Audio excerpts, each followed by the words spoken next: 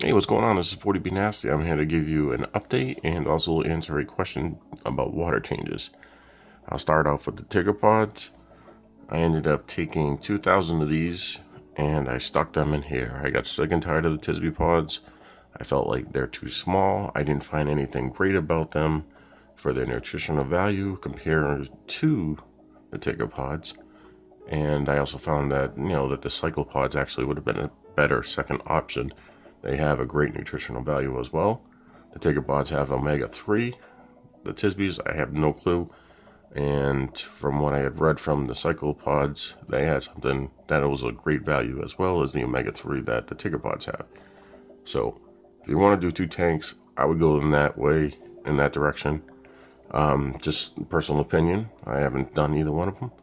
But now I'm going to get on to the water changes, and the thing is I had to explain this on a video because the water changes between the 2 tanks are different in variables because this bottle just comes with water in the Tigger pods, versus the Tisbee pod from Algagen actually has an algae in it. And I'll get past this one first, and the reason why this one was much different was, as I start off, the water starts off here. I have the pods in there. As the week goes on, I raise up the water volume. Now, the algae that was in that bottle ended up growing because of my lights. And then that algae, after 3 weeks, crashed. And it died. And it smelled. There was my ammonia spike. That's when I needed to do a water change, and ASAP. But on a normal basis, I would have probably said every 2 weeks.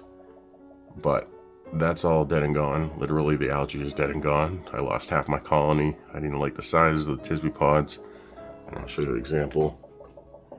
As far as the Tisbee pods, I mean, look how tiny they are. That's probably an adult right there. That's a Tigger pod. Huge, huge difference. Look at those two. Nice, big, fat, meaty, chunky pods for my mandarin to eat. And my flame angel.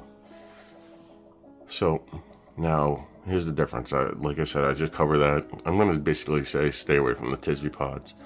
Yeah, they will stay more populated in your tank, I think, in your display tank. And the reason why is because they're smaller and the bigger fish aren't going to eat them. But that's not what you're doing this for. You're doing this so they can eat them. And they make a great cleanup crew, and you figure the bigger the cleanup crew, the size of the pod, the cleaner your tank is going to be. So, with the Tigger pods, here's what I did. I started off low. And the reason why I did that is because I wanted them to find each other to do some mating. So as the weeks went on, for the first 5 weeks, I raised it up every week, like that. So my water volume was up to here. And now I have a great population. And now I'm saying, okay, it's time to do a water change, especially because that one had just crashed and it stunk. So I'm like, well, I don't want to crash this one.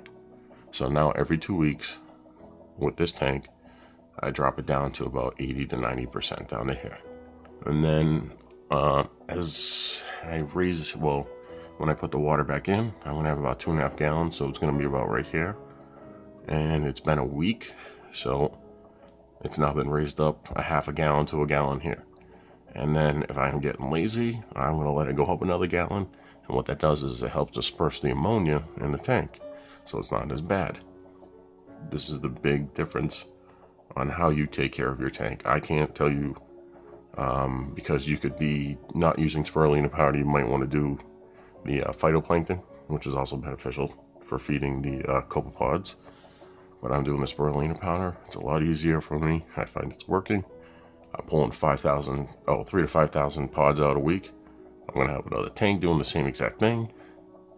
Everything's going right for me. So this is where you need to find your balance in your tank, because like you always see on the forums, every tank is different. But this is how I do it.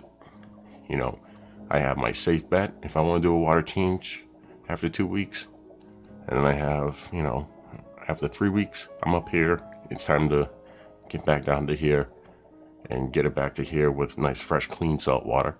And then raise it up again. So there is a balance that I found that works for me. And I hope you can find that too, because once you do, this is so smooth and effortless.